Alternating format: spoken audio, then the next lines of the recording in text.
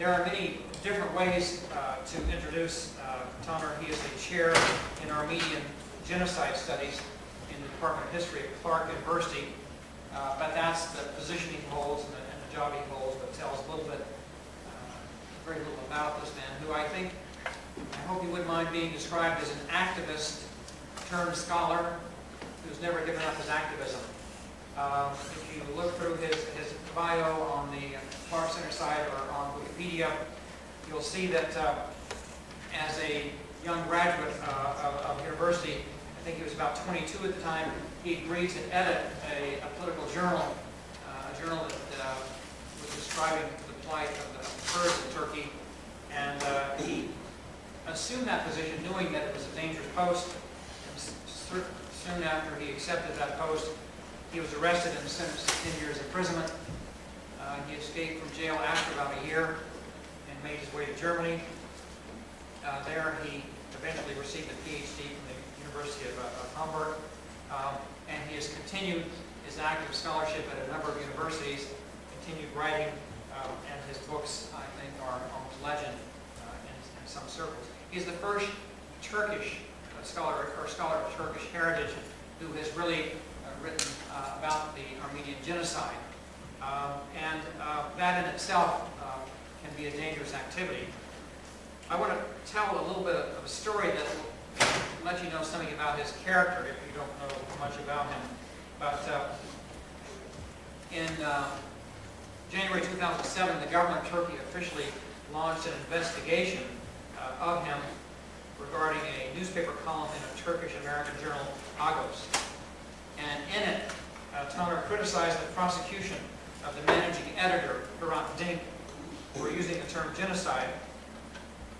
And he said the use of the term was construed by the prosecutor's office as a criminal offense of insulting Turkishness under the Article 301 of Turkey's Penal Code. And he said, I myself am an accessory to this crime, probably an unindicted co-conspirator, we might say here, against Hrant Dink, and urged readers to join him in Dink's support. Later those charges were dropped, but even that investigation launched a number of threats against his safety. So I'm very happy today that he's going to talk about his newest book, Young Turks, Crime Against Humanity, Armenian Genocide and Ethnic Cleansing of the Ottoman Empire. He'll probably tell us this, but I don't think it's an accident, the first part of that title, because in the lexicon of human rights, that's when the term crime against humanity came into being. Some Turkish officers were being brought to trial after World War II for some of the acts against Armenians, and those charges were originally listed as crimes against Christianity, and the Russians were participating in those proceedings, and they said that this might be too provocative, and so the charges were changed to crimes against humanity. Not much ever came of those trials. That term for what happened against the Armenians and later changed to genocide was the beginning of the use of that term. So I also hope that Taner will tell us a little bit about how he got access to these archives that his present book is based on. Please welcome Taner Akçam.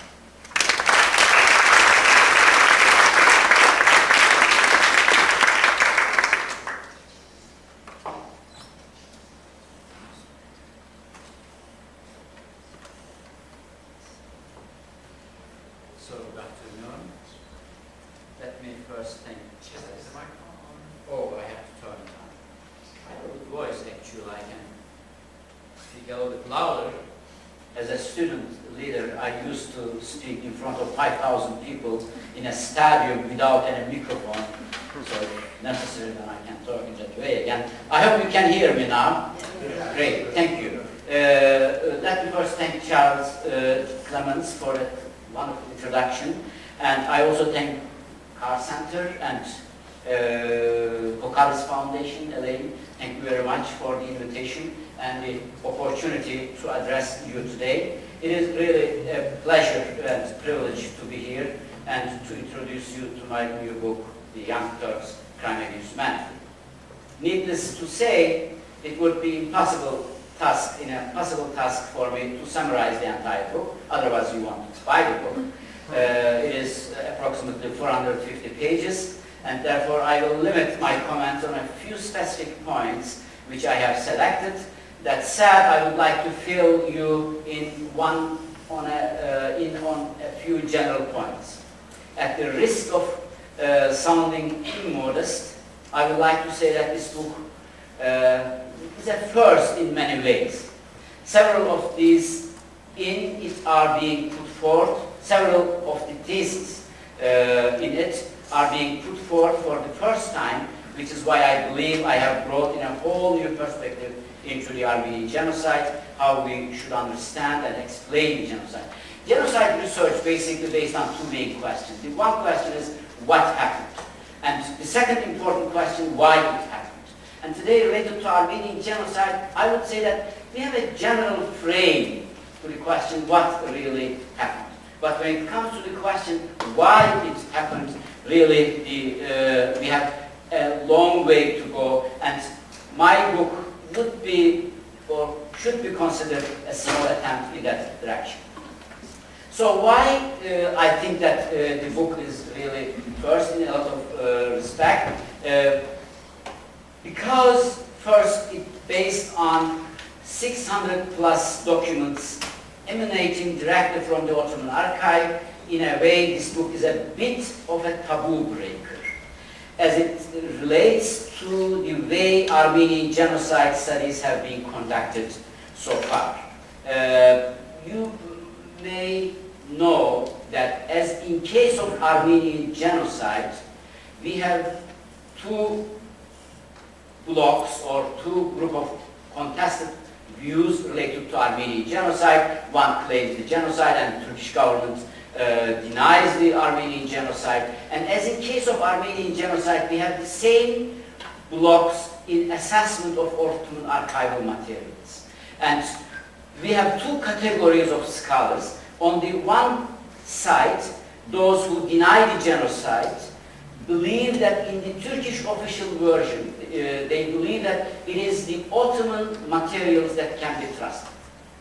And British, German, American archival materials cannot be trusted because they were consciously produced for political purposes. And on the other side, those who believe in what happened in 1915 was a genocide, they have maintained that only Western archives are reliable and the Ottoman archives cannot be trusted. And in their view, Ottoman records were fabricated in order to cover up the genocide and are thus unreliable. And based on this controversy, there is an understanding as if these archival materials were mutually exclusive. And what I showed in my book, first time, that actually Ottoman materials gives us the same information what we have in American, British, and German archives. So there is no contradiction between archival materials. All materials gives us the same information and they tell the same story from a different perspective. So let me show you what I mean with the Ottoman materials and some overview. I use the collection of the Ottoman language documents found in the Prime Ministerial Ottoman Archive in Istanbul extensively. Among its holding, the Interior Ministry papers, Dahiliye Nezareti Evrakı, are crucial and contain a great deal of information directly relevant to our subject. I made extensive use of two important offices. One is Interior Ministry's Cipher office. I will give you some information about this office. And this is Dahiliye Nezareti Şifre Kalemi. And the second basic bunch of information coming from the Interior Ministry's General Security Directorate, Emniyet-i Umumiye Müdürlüğü. And this General Security Directorate had exactly 7 different branches 7 different offices, first office, second office, third office, fourth office, and each office is responsible for different cases, and I used extensively the materials from the Security Directorate. Interior Ministry's Cipher office is very important. Most of the documents that I used is coming from that office, and it was established in year 1913 and functioned as a separate office for the poor purpose of telegraphic communication between the Central Ottoman Administration and its various provincial functionaries.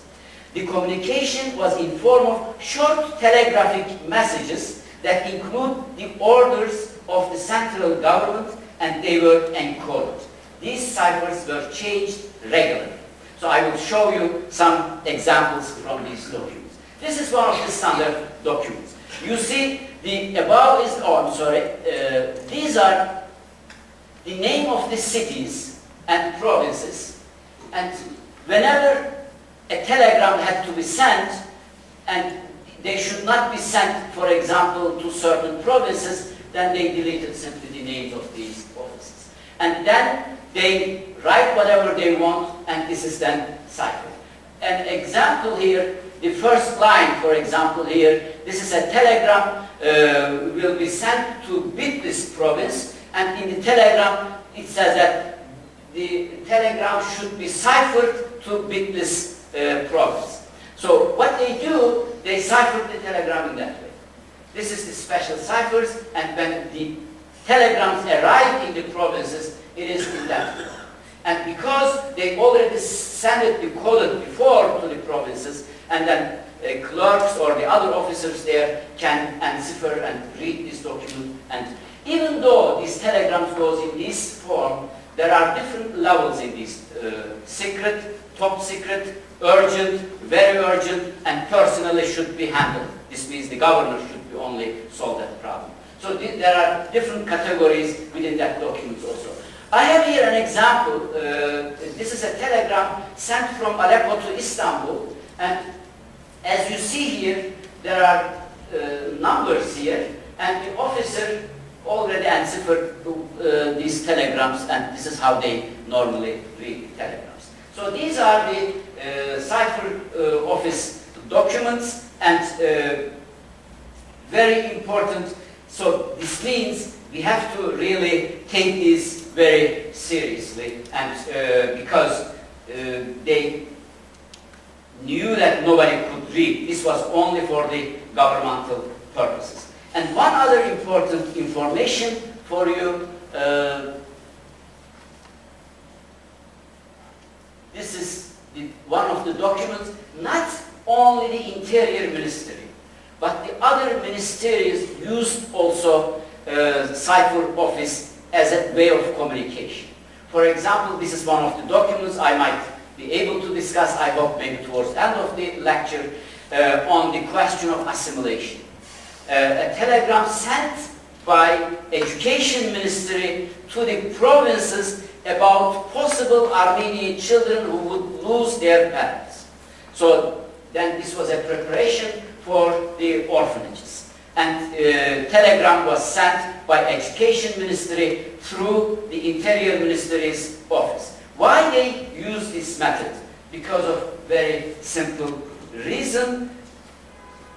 If you really think that during that time, 1915, to travel from Istanbul to any eastern provinces took normally 10 days, 15 days.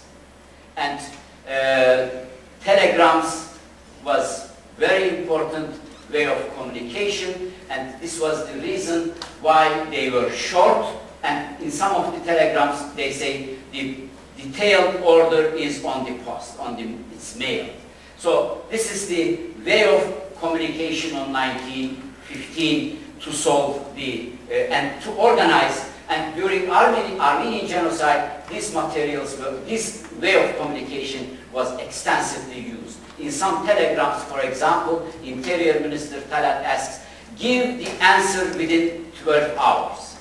And basically, for example, they were asking the numbers of Armenians, deported Armenians, remained Armenians, and so on. And these telegrams used to get this information as fast as possible. So this is the important part of these documents, and I hope I have here. And these materials are available in Istanbul today. You can go to the Istanbul Archive and you can access these documents and you can get a copy. And good part of these documents is because they are so short. In the catalogs is in Turkish language, and most of the time the officers in the archive, instead of summarizing, they simply transcribe the entire telegram. So in catalogs you might sometimes be able to read the entire text. This is only 3 sentences, and you can have access without any problem. The only problem, of course,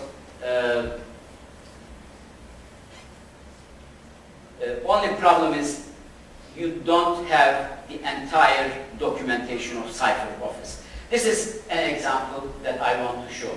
You see these numbers there, 1, 2, 1, 2. This is the number was put by an officer for each state that the telegram was sent. And the beginning date is 1st March of the year. This is the Ottoman calendar. 1st March 1331, which is 1915. 1st March 1916. 1st March 1917. And when the calendar changed, 1st January 1918. You can always see these numbers on the documents because they mostly registered the outgoing telegrams in special ledgers. Today, we don't have any access to these ledgers. So the original ledgers where the records were kept is not accessible. But we have these numbers, and first month or the first day is always with number 1, and then you can see in some other documents different numbers. And for example, I have a couple of documents. I only put here the first day in order to show that the beginning is the beginning of the year. For example, let's say a telegram was sent to the province of Erzurum 1st March 1915, and we have another telegram. We have the number, let's say end of March, and the number is 25. This means they already sent 25 documents to Erzurum province. And you check the archive, you can find only 4 or 5 of them. So the 20 of the documents, you don't know where about them. The main problem is we don't have access in these ledgers of the Interior Ministry. So even though these materials really very valuable and very important, we don't have a complete access to these documents. This is the Ottoman archival materials that I used extensively, and as I said, these documents tell us the story of Armenian genocide explicitly, and we can show based on Ottoman documents that the policy was genocide. I have to add one more information also. Of course you cannot find the smoking guns in Interior Ministry's documents. We know, I will talk about a little bit now, that Talat, I will talk on another aspect, but the information is that the Interior Minister, Talat Pasha, was an ex-post officer. And we knew from several testimonies that he used his home as a private post office, and he telegraphed from his home to the different provinces. Where we know that from Morgenthau's memoir, he wrote this, and we know from a couple of Turkish politicians, Halil Menteşe, for example, the parliament president, in his memoirs, he also writes and mentions that Talat used his house as a private channel to communicate with provinces. And we have a new information now. In 2010, a Turkish journalist published an interview with Talat Pasha's, the Interior Minister's wife. The interview was taken or made 1982, when she was very old, and published 2010. In this interview, the lady revealed that Talat basically, for the Armenian deportation, used the home line. And sometimes, she says, there were officers from Interior Ministry came with files, and they mostly used the communication from these private lines. So you cannot find the smoking guns in that sense in the Interior Ministry's Cipher office document, but they are enough incriminating and gives us really enough information on the Armenian genocide. So the main question, what all these documents tell us? I will talk a little bit on the Greek case and move on to the Armenian genocide. As you know, it is always difficult really to pinpoint a beginning date in any social process, because any event that you think designates the beginning is always results of something else.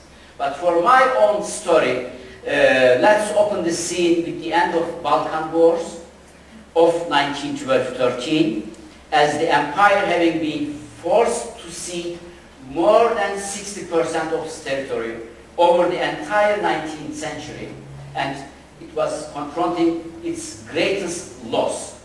More than 80% of European landholding was lost during Balkan War within 1 week, and nearly 70% of its European population.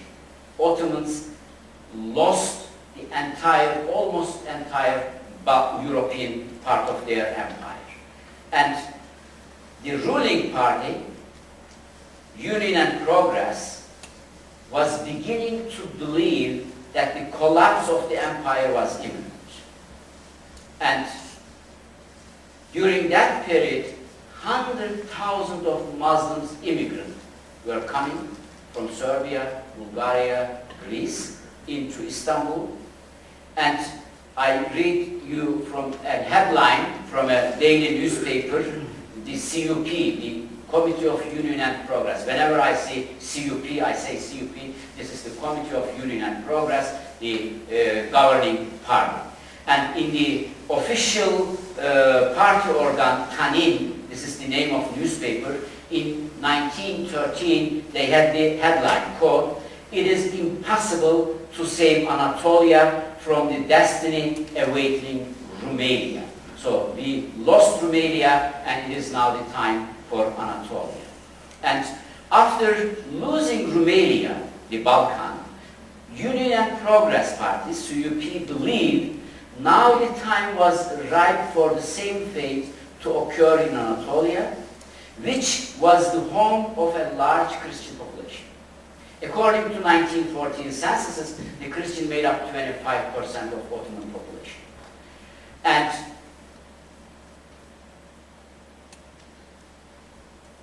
we know from certain writings of the CUP leaders that they considered with the beginning of 1913 the non-Turkish elements, this is what they called for the Christians, they are the internal tumor, the purging of which was a matter of national importance.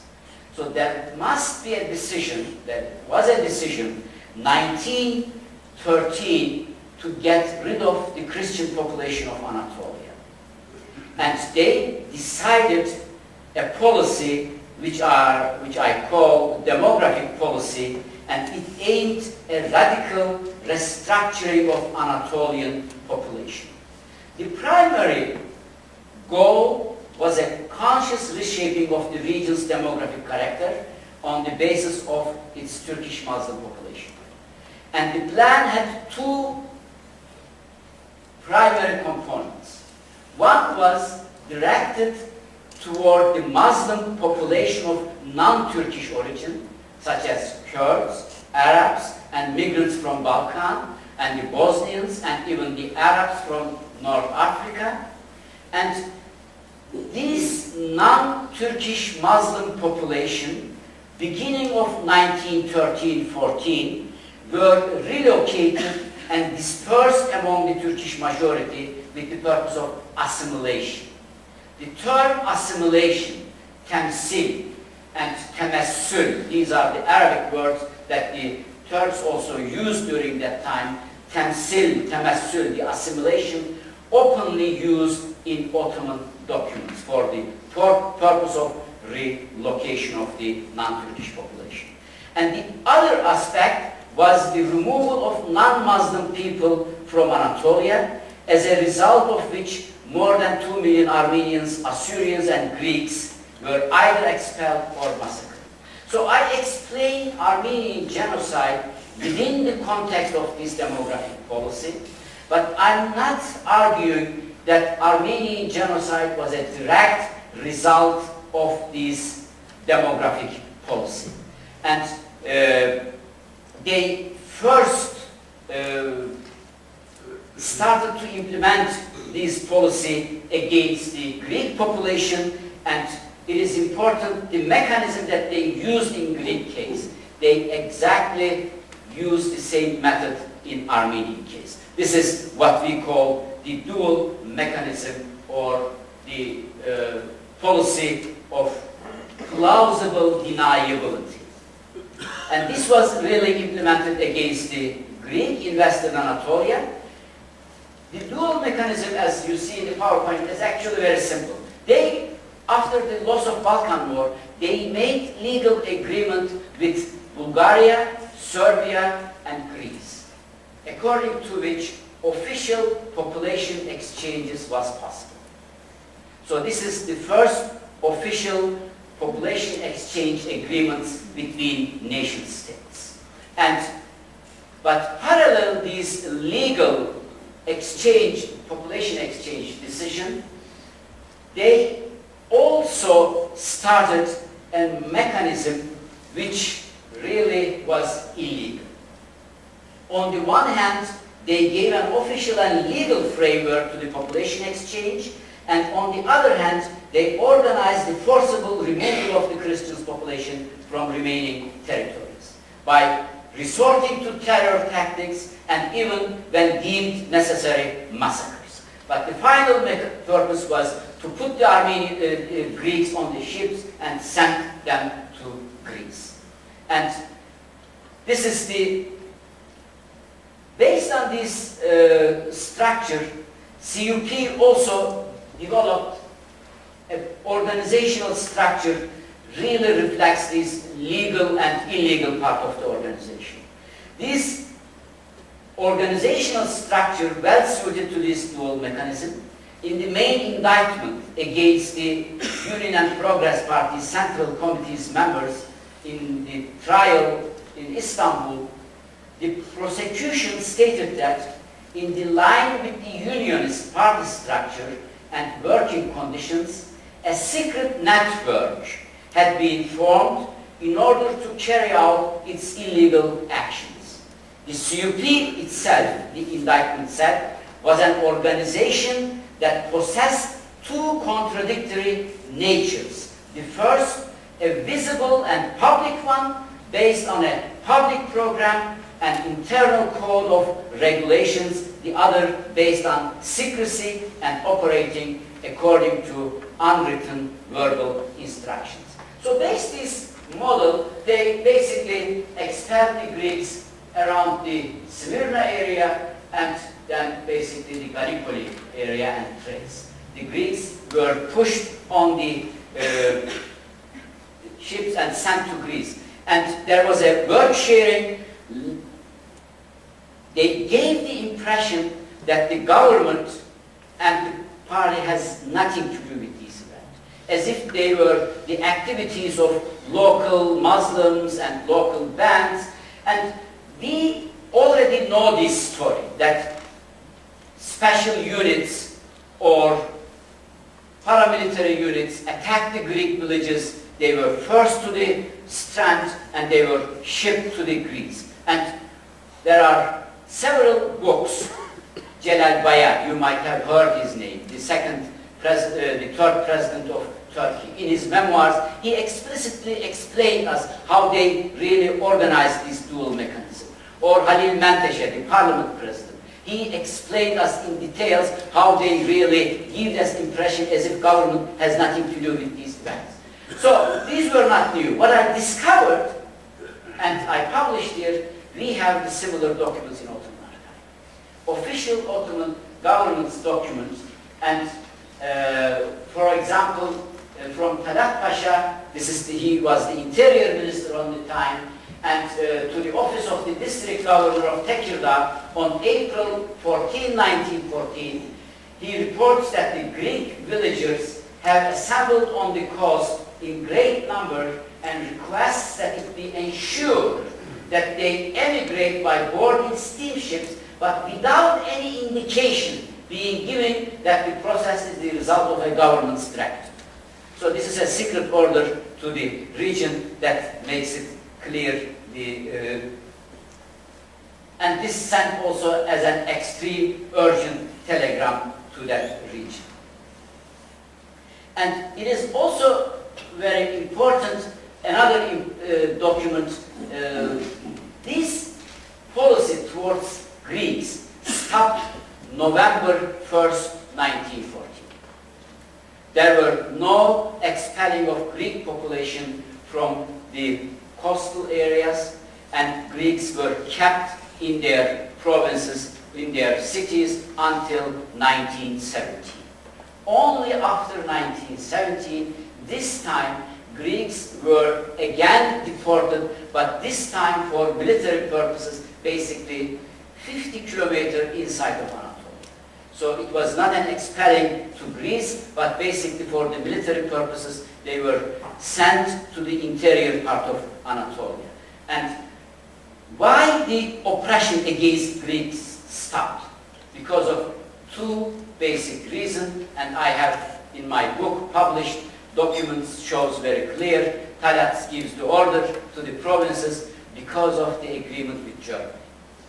Germany asked Turkey to stop the expelling of Greek population because Germany was hoping Greece could be an alliance during the war with the German government. This was one important reason. And second important reason, in the documents I published also, Venizelos, the Prime Minister, Greek Prime Minister, threatened Ottoman government to expel the Muslim population in Greece to Turkey, exact the same way. So this was the other reason why the oppression against Greek population stopped. And this, I published really several other telegrams contained that the central government was really well informed and to the terror, and they really was organizing this forcibly removal of the population. The important part is what is the connection between this demographic policy, which was not genocidal against Greeks, and why it turned to be genocidal towards Armenians. I try to explain in my book also with the security concern. Ottoman authorities really was seeking a permanent security concern, and the Greek and the Armenians were a security threat for the Ottoman Empire. So they really used demographic policy as a genocidal device, and the main concern of the Ottoman authorities was the numbers. They started to implement a plan to reduce the Armenian population. So, according to their understanding, the numbers of Armenians presented a problem for the Unionists. Their number had to be reduced to a governable amount.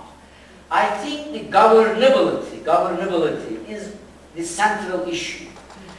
It's very interesting throughout my book. I might not have time enough to discuss Ottoman authorities used physical destruction and assimilation in relation with the principle of governability. What it means is following. At the beginning of the deportation, they allowed conversion. Conversion into Muslim religion was possible. But it was stopped with a central order July 1st, 1915. Throughout summer until November 4th, 1915, conversion was not allowed. And even those Armenians who converted into Muslim religion, they were also deported. Why they stopped the conversion? Because the number of Armenians were higher than they expected, and they could not assimilate this amount.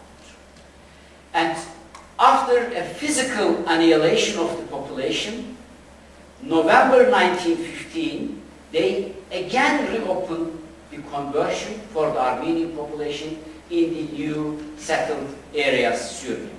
What was the critical point for them?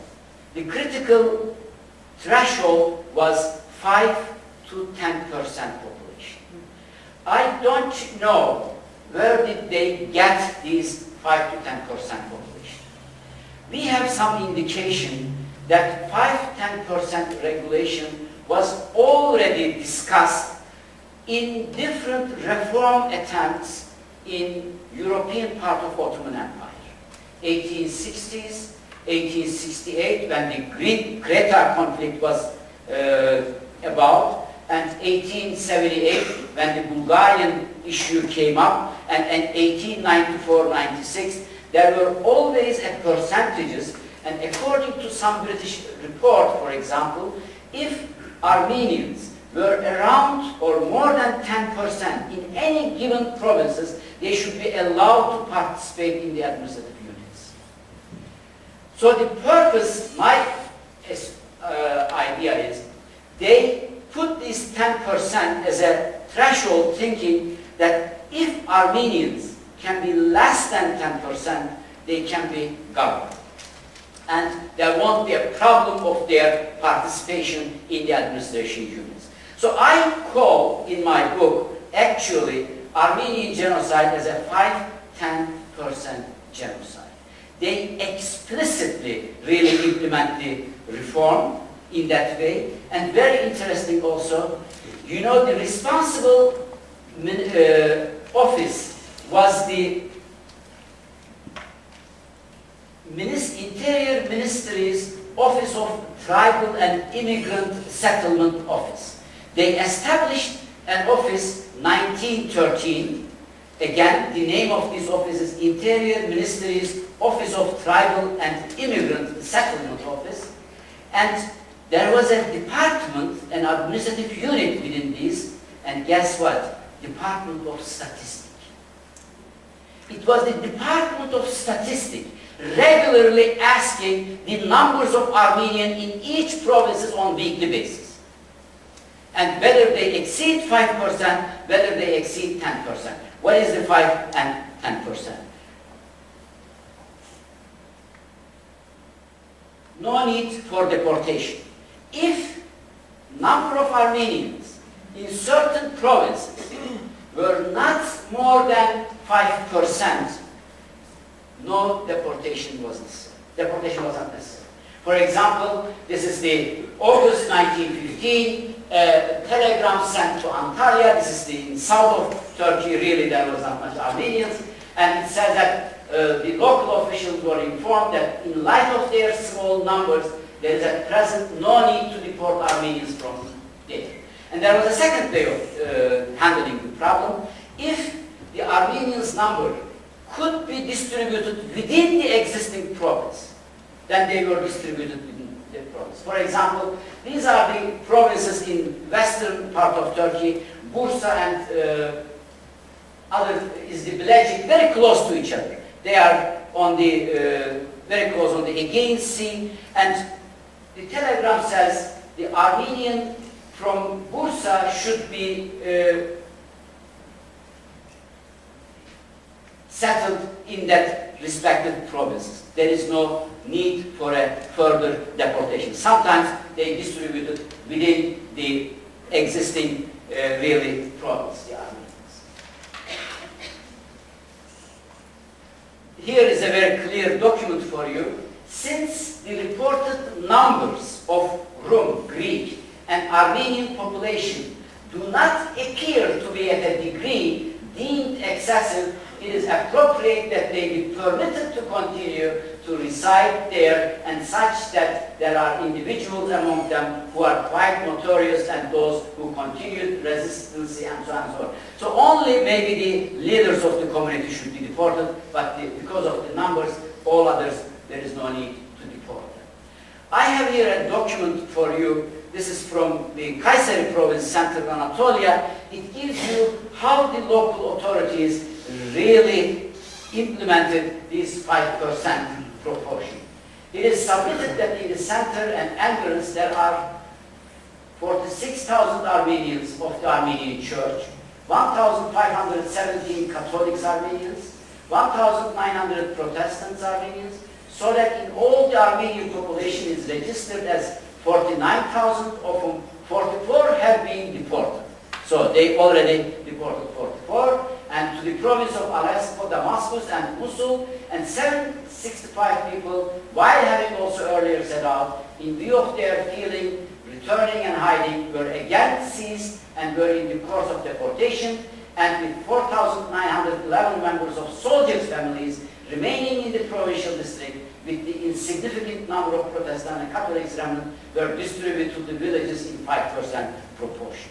So almost each provincial governor sent these telegrams how many Armenians remained in their provinces and how many of them were Protestant, Catholics, Armenians, and how they were distributed within the province.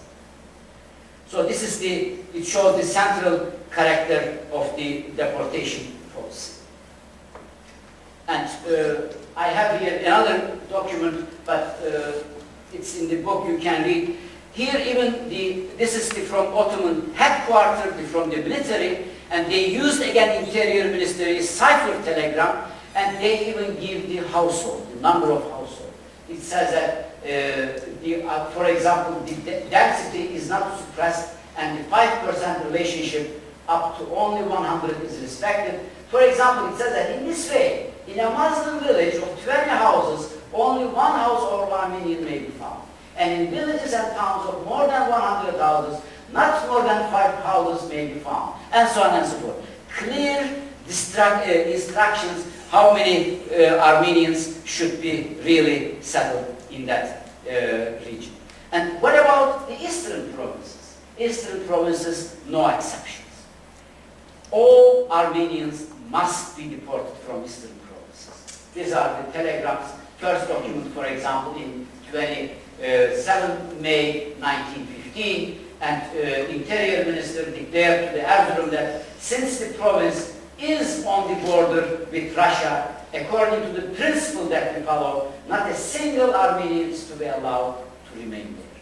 So this is the security concern. They thought border lines are very problematic and none of the Armenians should stay there. And second document is again from June 20. The eastern provinces were directed that all Armenians living in the towns and villages in the province are to be deported along with their families and without exceptions and sent to the province of Mosul and district of Urfa and Derzor. So no exceptions, no Catholics, no every single Armenians, even the soldier families, as you see in Kayseri case, they should remain, but not here. And what about in the settlement areas? 10%. In the settlement areas, necessity, this is the basic document for us, important is this, we don't need to read all these. Among the Muslim population, Armenia should be resettled according to 10% ratio. And based on this, I have one more document for you. For example, this is a telegram sent to a region, this is Deir Zor in Syria, and because the number of Armenians sent to Deir Zor area already exceed 10% of the population, there should be no deportation to Deir Zor anymore. This is the, from the 12th July 1915. This is a very important document. So July 12, 1915, they already ordered the local authorities not to send any Armenians to Deir Zor area. But they started sending Armenians 1916, beginning of 1916 to Deir Zor area for the second wave of genocide. So there are a couple of other documents. Armenians were regularly monitored, their numbers, and the major question is what happened in Syria 1916. So this is how I explain the second wave of genocide or killing of Armenians in Syria region. This is what I mentioned you at the beginning. Actually, this is another contribution of my book. I argue that there was a settlement policy of Ottoman authorities. Ottoman authorities, at the beginning of the deportation process, aimed to resettle Armenians in Syria and Aleppo, Damascus, and Deir Zor area. Indeed, we have enough Armenian records also. For example, the Aleppo Church Patriarch, the Armenian Patriarch records in Aleppo, they established, the Armenian local community in Aleppo, established a local committee, worked with Ottoman government, and they resettled the Armenians coming from Anatolia. And this policy, we have the May, June, July, we have the family names of Armenians because of the church records. And they were settled in certain areas.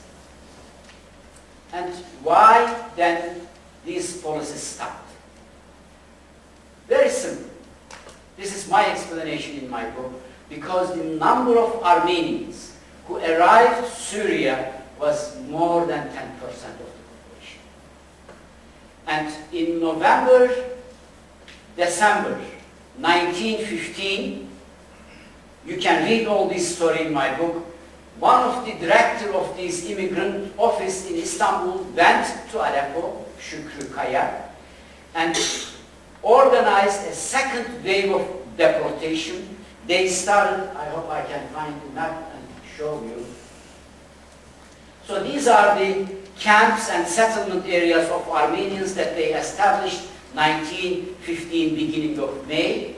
And Armenians were really settled in Meskene, in Raqqa, in Deir Zor, and in Aleppo. And beginning of 1915 November, there was a decision to empty first the Armenians in Aleppo, and then throughout the spring of 1916, each concentration camps and the settlement places were emptied, and Armenians were sent to Deir Zor. And 1916 summer months, there was a second wave of killings, and approximately 200,000 Armenians were killed.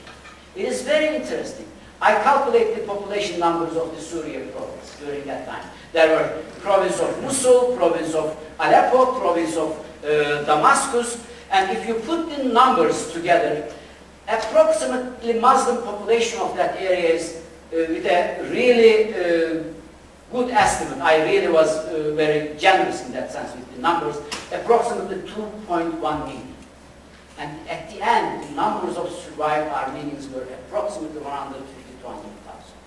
So it seems that they really managed these 10%, and the number of Armenians who arrived in Syria was more than 10%, and this was the basic reason for the second wave of genocide. But there is another important aspect of this second wave of genocide. Those Armenians who were allowed to stay had to convert to Muslim religion. Forcibly. They didn't have another choice. at the beginning of the deportation, Armenians were allowed to keep their religion in Syrian provinces, in all these new settlement areas. But after 1916, when the decision was made to send and kill Armenians basically in their Zor area, then the Armenians had no other choice but to convert into Muslim religion. It was possible for them only to reconvert after 1980. So then government allowed them to accept their religion. So I assume every Armenian family who survived in Syria had a period of 2 years where they considered themselves, or had to consider themselves as Muslims, and they changed their religion with 1980. So the basic question that I try to give an answer, why did the Unionists abandon the policy of limited resettlement and decide to remove most of the Armenian survivors east to their Zor for distraction? And for me, because they never expected that the surviving Armenians would exceed 10% of the population. So this was the reason for their second decision. I will show you a final document, if I can find, and finish my talk. This is a telegram from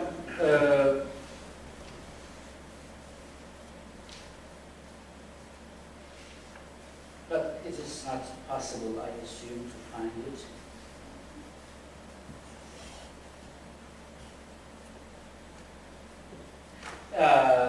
Yes, I found it. This is the slide number.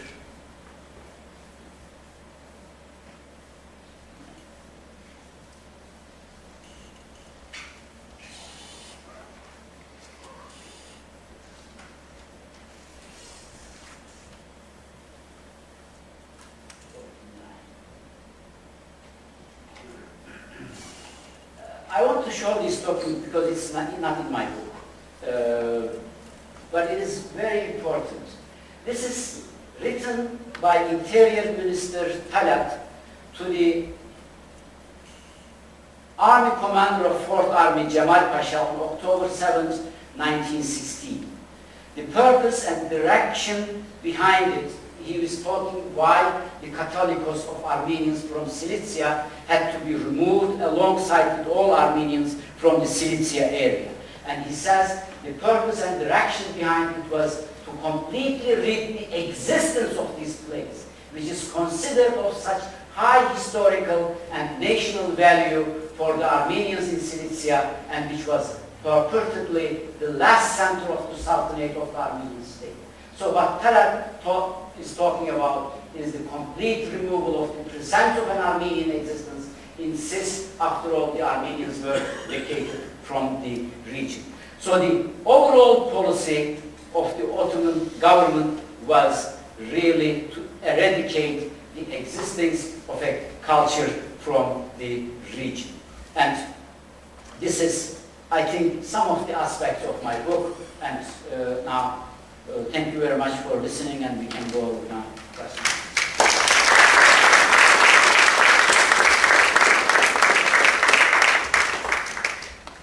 So there's a microphone over there, and we'll turn this one on here. They'll need to be at the switch turned on at the base.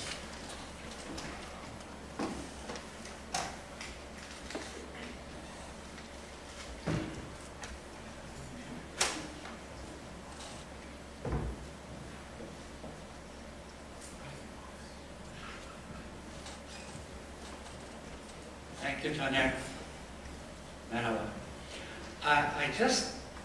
It's very informative about security reasons. The only thing we don't talk about what happened before 1913, like what was happening in 1894-96 massacres, what was happening in the Greek islands. 30,000 people were killed. What was happening with the Armenian revolt desire They tried to blow up Abdulhamid in 1905. There was a lot of preparations that was giving some ordeal for the future.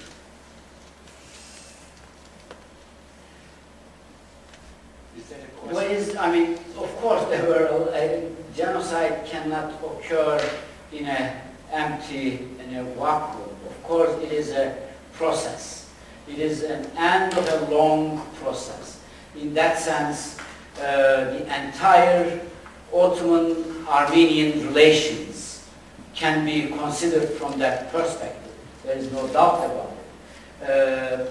The interesting question is, I mean, you can discuss the mass destructions from two different perspectives. One basic question is to look into the continuities, because a government cannot suddenly decide to eradicate or exterminate a group of people. There must be a prehistory. So in that sense, you have to look into the mentalities. You have to look into the relations between the subject people and the state and so on. In that sense, you have to explain Armenian genocide as a process beginning maybe with the Armenian reform movement in the second half of 19th century. Because I personally consider the entire reform process as main problem for the Union and Progress Party, or for the Ottoman rule. There is a very strong correlation between reform movements and the mass killings. And this is another important point that must be researched. I give you two examples, one from 1894, 96 massacres, and the other is from 1915. You know when the massacres, the killing of Armenians, 1894 started? It started after the proclamation of Sultan, the Reform Agreement, 1st October 1895. With this reform decree, parallel to this, the individual who was in charge of implementing the reforms, traveling the Anatolia, and exact in the provinces where he was visiting, massacre were occurred. I think it was Abdulhamid's prevention measure not to implement the reforms. He organized these killing actions. And at the end, the reform, Armenian reforms, was never implemented in 1895. And there is another interesting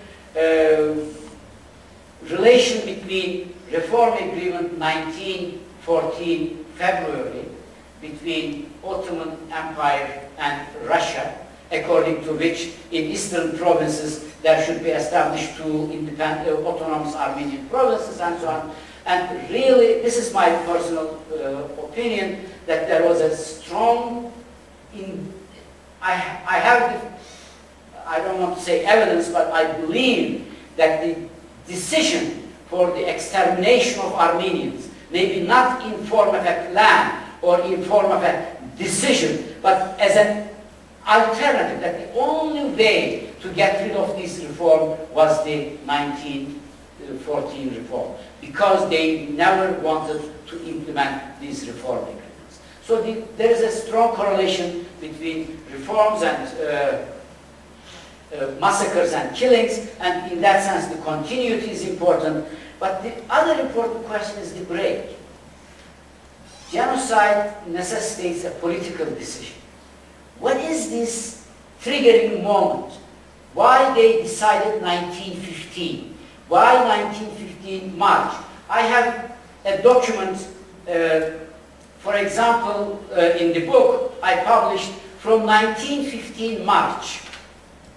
In that document, the central authority writes to a province, this is the Marash, and saying that it is maybe time, we have to use the opportunity of the war and to punish Armenians, but the time hasn't arrived yet. So this means they were waiting for them the appropriate moment. And I think the important issue here is the ruptures when they decided this last decision, and I think in that sense the Russian invasion of eastern provinces was very crucial. And it started 1915 March onward, and they really felt threatened, the Ottoman authorities, and they were not sure about their future. So we have to look in both aspects of the problem. Thank you.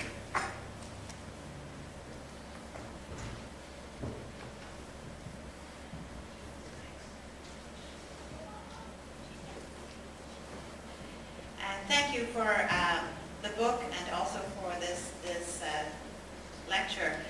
I wonder whether you might want to draw a parallel, or at least comment on a parallel that exists in northern Iraq in 1933. There, it was the Assyrians who were attacked. And, of course, this is post-war, post-Ottoman. But the 5% rule was apparently in their mind. So they did not want the Assyrians to congregate in a single or a series of villages and towns. They wanted to distribute them. And when the Assyrians refused to be distributed, these are refugees from Turkey and from Iran, when they refused to be distributed is what triggered the Iraqi army's attack. Is there a parallel for this 5% rule elsewhere in the area within that period of time? I'm not very knowledgeable on the 1933 Iraq case, the massacres against Assyrians, so I cannot answer the question. But 5% regulation was continuously implemented during the Republic period, also in Turkey. We have evidence that 1920s, for example, there were internal relocation of Armenians and Turks. 1925, there are documents we have, it says at 5%. And 1934-35, when they decreed a Kurdish reform and removed the Kurds from Eastern Anatolia towards West, they explicitly also implement 5% regulation. So it seems that they stuck on this rule because these were the same individuals. For example, Şükrü Kaya, I showed one of his telegrams. He was a responsible person in the Interior Ministry, and he became Interior Minister during the Republic period and was in charge of deporting Kurds in 1930s. So there is a personal continuity also.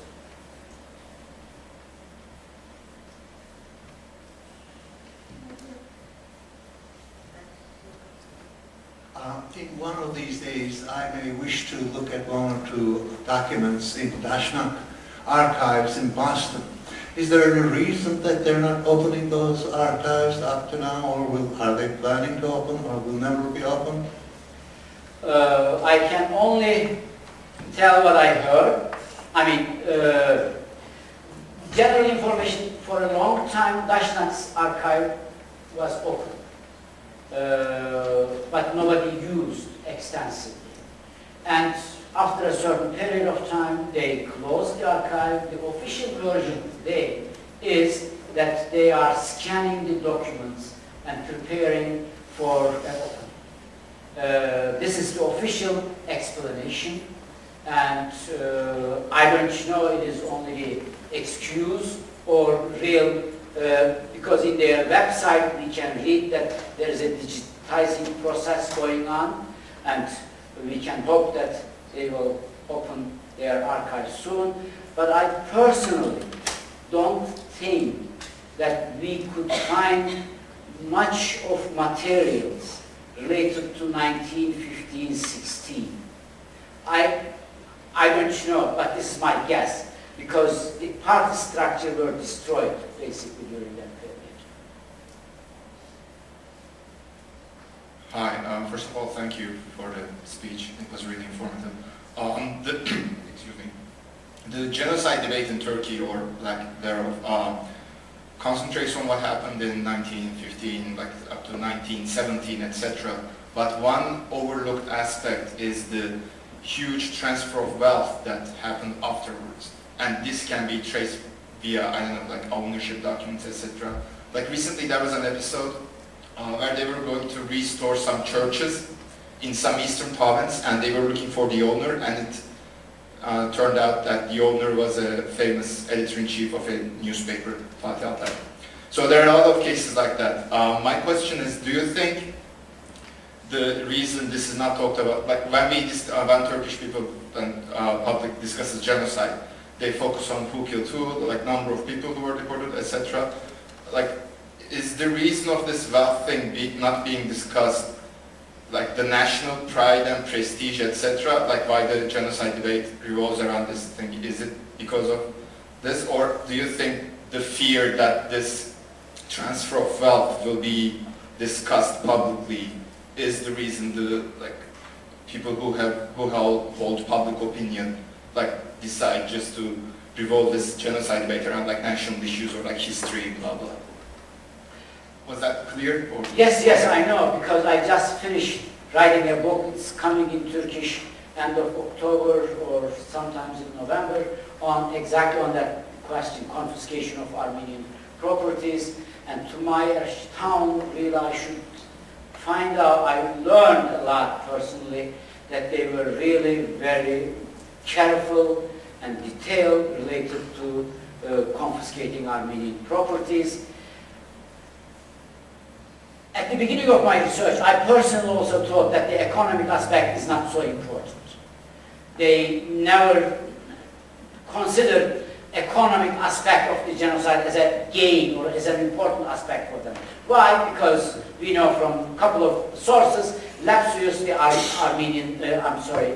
German priest, he was in Istanbul, he spoke with Enver, and he reminded Enver, for example, the economic destruction of the genocidal process. I mean, he used other terms, of course, but the Enver's answer was very clear. We don't care. We took everything into consideration. So the more that I thought the main reason of denial or main reason not to want to talk on this issue, basically as a psychological problem or a moral issue, because if you really start talking on genocide, it's very difficult. You have to declare your founding fathers as thieves and murderers, because there is a continuity from Ottoman Empire to Republic. But the more I get into the topic of confiscation, I today firmly believe that economic aspect is a serious concern.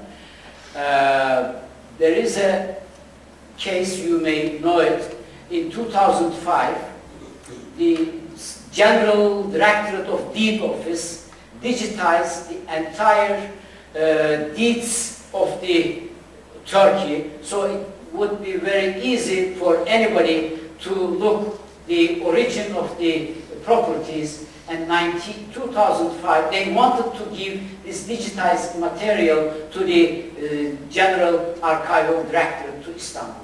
And National Security Council, the highest institution in Turkey, made a decision and considered transferring these materials to archive as a national security threat.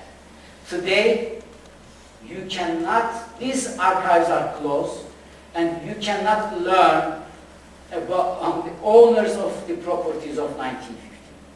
It is a security concern in Turkey, and it shows how really important the problem is. And the other complicated part is there is a decree sent by the Deed Office General Directorate to different offices, 1983 and 2002. Twice they sent this document, and it is available online, this document today.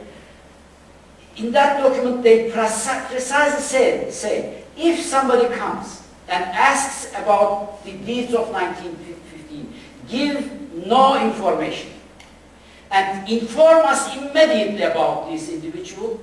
This is the decree of the directorate. And why they are doing in that way?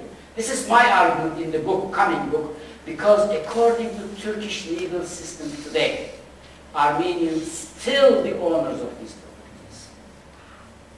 This is my central argument. I'm not a legal historian, but in most of the cases, in laws and regulations, government made it very clear.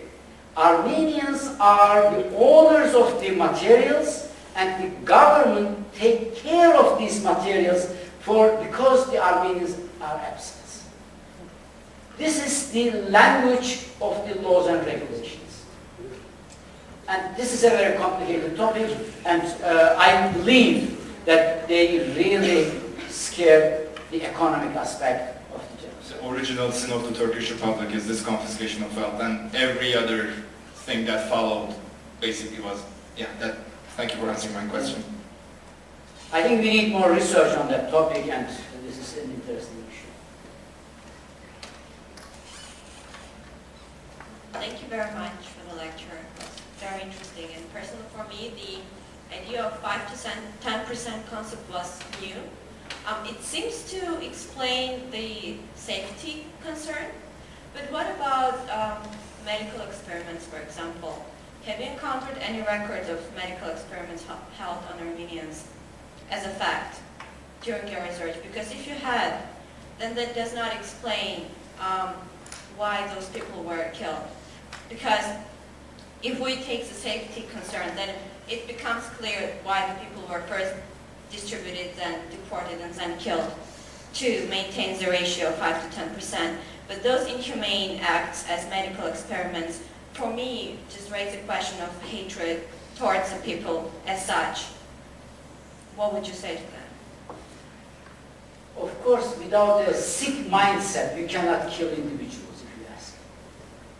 I mean, even though they followed a very rational policy, they were social engineers. They were not, in that sense, some crazy fanatics, religious fanatics in Istanbul, but they were really social engineers, and they really wanted to reorganize the entire society. But in order to implement this so-called rational policy, you have to have an understanding that the others is your enemy, and you have to hate them, and you have to consider them as a threat. So, in that sense, I don't differentiate much.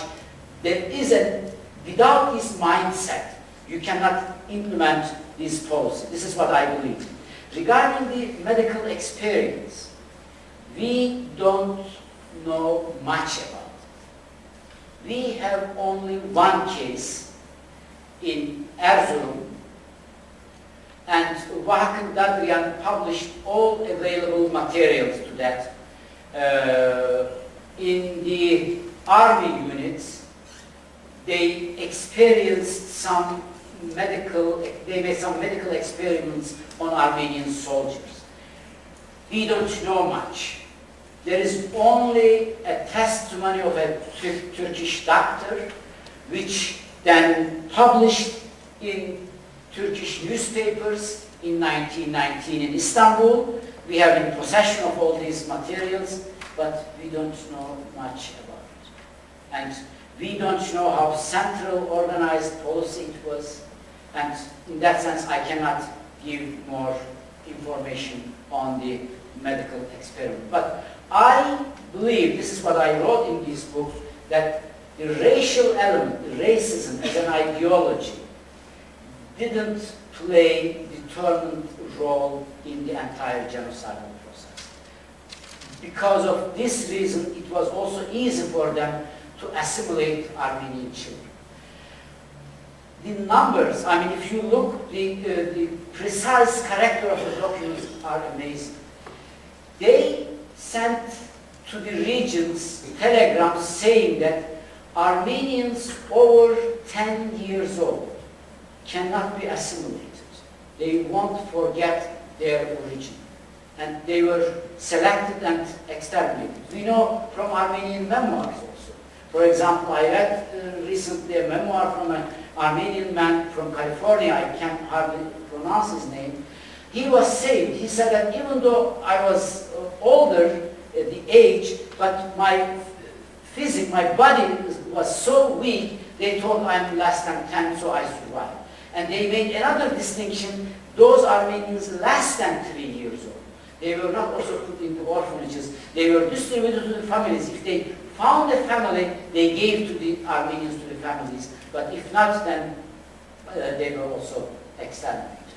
But assimilation was generally a policy, and they really implemented forcible marriage of Armenian girls, and really to collect the Armenian children and indoctrinate them in Muslim religion and distribute them among Muslim families. This was a very constant government policy. So you cannot explain this with racial ideology. It's a little bit difficult.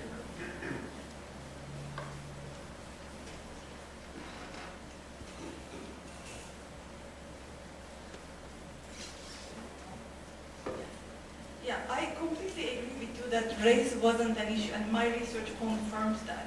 But then how do you explain that the language that we most intimately associate with racism was used, for instance, internal tumors? That's one question.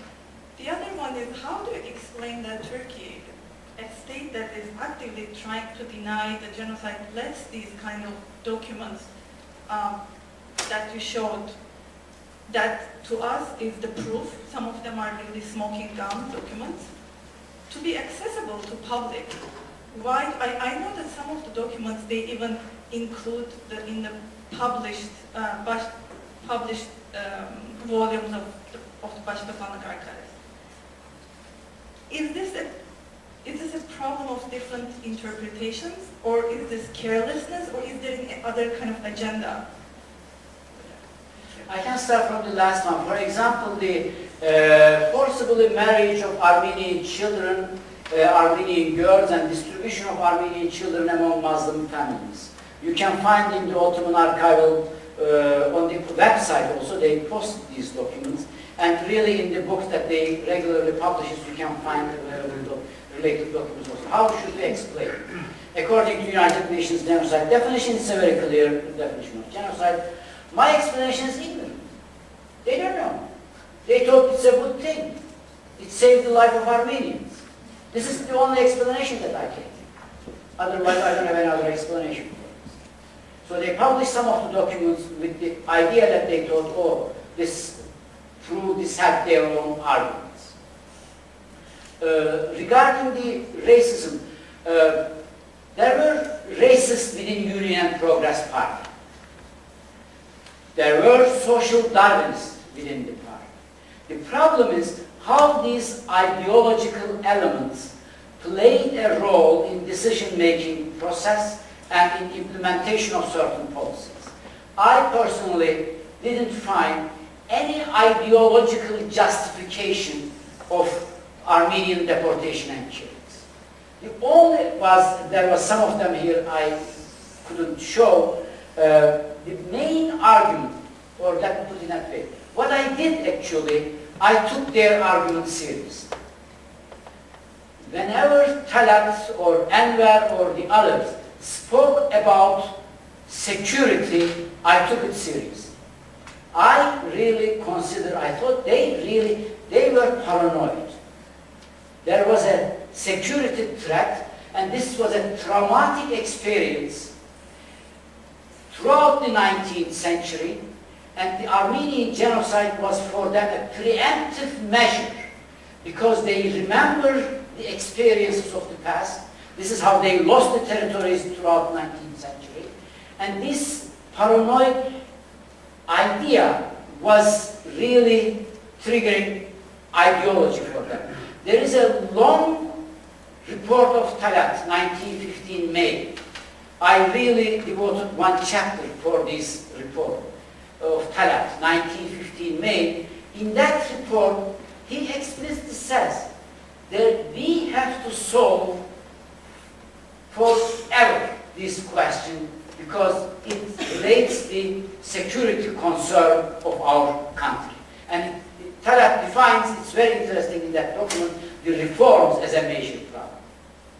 So in the language, in the entire documentation, what I found two elements very important. One, for example, in Talat's document 1915 May, Reforms is a problem because it gives the foreign powers to intervene in the domestic affairs of our country, and this turned to be a problem. And second, the number of Armenians, really the number of Armenians is a threat. There is a document, I hope I can find it. It's Taner described the purpose of the entire deportation. This is a document from August 29, 1915. And Taner writes in this official document, we have to reduce the number of Armenians to a level that they should never claim any nationalistic agenda and so on.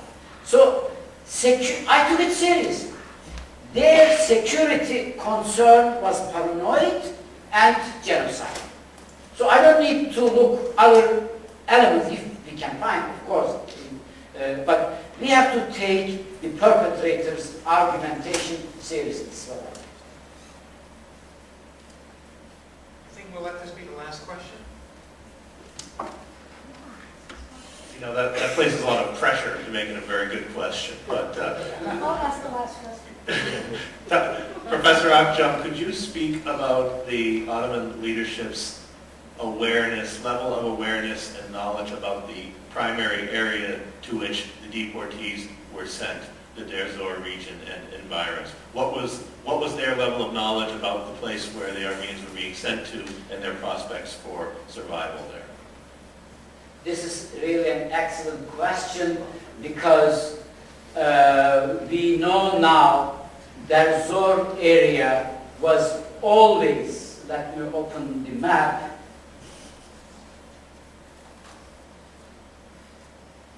that Zor area, this is the, this area, way back 1890s, when the Russian immigrants, the immigrants from Caucasus, coming into the Ottoman Empire, there were serious plans to develop this region to resettle Muslim immigrants in that region.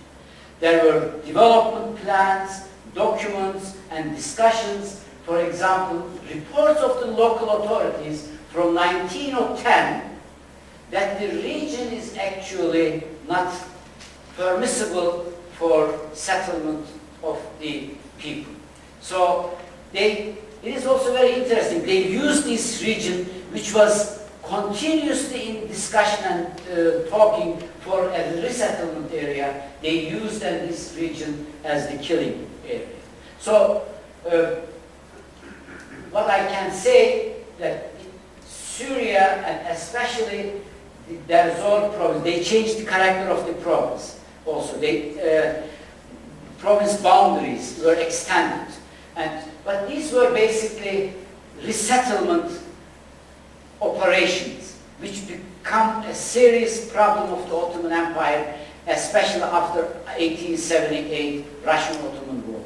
They had a serious problem of settlement of Muslim immigrants, and this was a region, and there are enough materials. I have to work on these materials more to understand the general character of the region, because we have, for example, they sent development aid to that region to improve the region for resettlement. But there were also reports, as I said, that the region is not to be settled for peasants. So there is a combination of a long-term process of settlement within the Ottoman Empire and using the same territory for the destruction of the Armenian population. Let me thank Professor Akcam